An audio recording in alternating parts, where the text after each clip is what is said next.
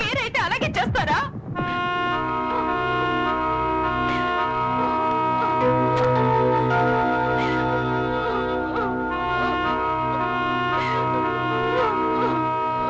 ఆడి పేరేంటంలో? నువ్వు ప్రేమిస్తున్నావుగా, ఆడి పేరు అడుగుతున్నా.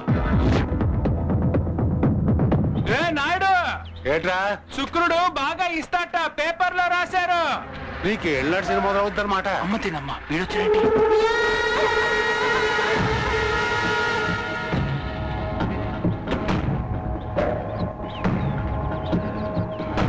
శుక్రుడు వస్తాడనుకుంటే సునామీ వచ్చాడేంటి? వాడితో పాటు సుడిగాళ్ళు కూడా తీసుకొచ్చాడు.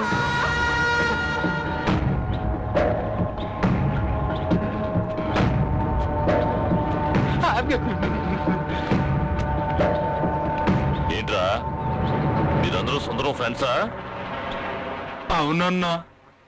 సుందరం ఇక్కడికి వస్తాడా? వస్తాడన్నా, కానీ ఈ మధ్య రావట్లేదన్నా. ఏ బిజినెస్ చేస్తున్నాడన్నా. ఏంటో బిజినెస్? తెలీదన్నా. మీరు ఫ్రెండ్స్?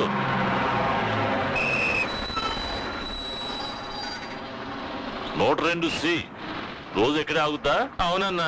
ఇక్కడంటే ఇక్కడ కాదన్నా, కొంచెం ముందుకెళ్ళి ఆగుతుందన్నా. అయ్యో, ఈ చుడికాయలు చూపులే బాలేదు. సుందరం ఇక్కడికి వస్తానని చెప్పాడు. మీకు పని పడేం లేదా? ఏమి తెలియదన్నా, వెళ్ళి తినేసి చెప్పండి. అలాగే అన్నా. నేను అప్పుడే చెప్పాను, విన్నారా? మనం కూర్చునే చోటుకొచ్చి దర్జాగా కూర్చున్నాడు. ఆడి సిట్టింగ్ స్టైల్ చూస్తుంటే మనందరికి పెద్ద ఫిట్టింగ్ పెట్టేట్టున్నాడు. కరెంటు, నేను ఒక కవిత చెప్పనా? నాకు చెప్పక ఆడికెళ్ళి చెప్పు.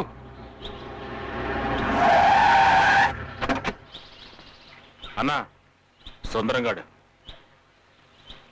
నేను మాట్లాడతాను, నువ్వు వెళ్ళు.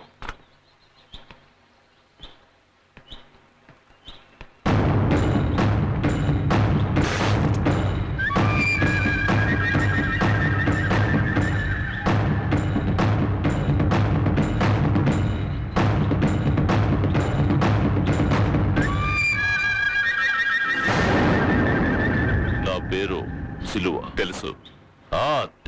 తెలుసుంటుంది. ఓ మాస్టర్ గురించో డాక్టర్ గురించి అడిగితే తెలియకపోవచ్చు. నేను చేసేది దోపిడీలు, దొమ్మిలు, సారా వ్యాపారం, సెటిల్మెంట్లు. నా గురించి తెలియకుండా ఎలా ఉంటుంది? 28 ఏళ్ళు, బోలెడని లావాదేవీలు, ఎందరినో పోగొట్టుకున్నాను.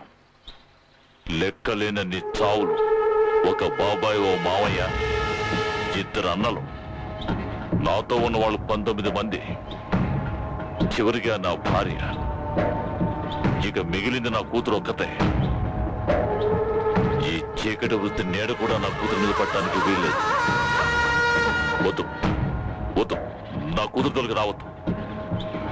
చిన్నచుడు, నువ్వు విన్న సిలువుగా నేను ఇక్కడికి రాలేదు.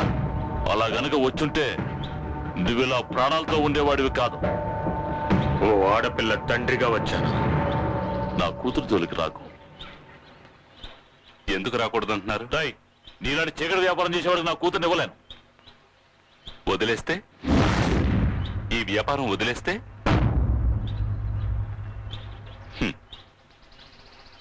నా గురించి మీరు అసలు ఏమనుకుంటున్నారు? ఏదో టైంపాస్కి మీ అమ్మాయి వెనకాల తిరుగుతున్నాను అనుకుంటున్నారా? నేను చేస్తున్న ఈ వ్యాపారమే సమస్య అయితే దీన్ని ఈ క్షణమే వదిలేయడానికి నేను సిద్ధం. నాకు మీలా 28 సంవత్సరాల అనుభవం లేదు. ఈ పని చేయాలని నేను నిర్ణయించుకోలేదు. ఎందుకంటే ఈ దారి నేను ఇష్టపడి ఎంచుకున్నది కాదు. BA BEd చదువుకున్నాను. మంచి గవర్నమెంట్ జాబ్ కోసం ఎదురు చూశాను, దొరకలేదు. అదిగో నా ఇల్లు, నా తల్లిదండ్రులు నాకిచ్చిన ఆస్తి. అందులోనే మా అమ్మ నాన్నల సమాధులు కట్టించా. ఆ ఇల్లు చేజారిపోయే పరిస్థితి వచ్చినందువల్లే ఈ 2వ నెంబర్ పని. లోర్దు కోసం నేనేం చేయడానికైనా సిద్ధం. మీ కూతుర్ని నాకిచ్చి చేస్తే తనని నేను కంటికి రెప్పలా చూసుకుంటాను. నన్ను నమ్మి నాకిస్తారా?